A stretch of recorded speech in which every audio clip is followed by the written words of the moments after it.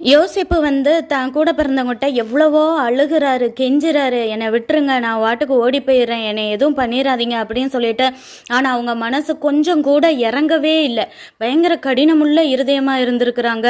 அவன் அழுகையை பொருட்படுத்தாமல் அவனை வித்துடுறாங்க. இஸ்மவேலர்களும் எகிப்தை நோக்கி அவனை கையை காலை கட்டி அவனை ஒரு அடிமையாக்கி அவனை இழுத்துட்டு போயிடுறாங்க.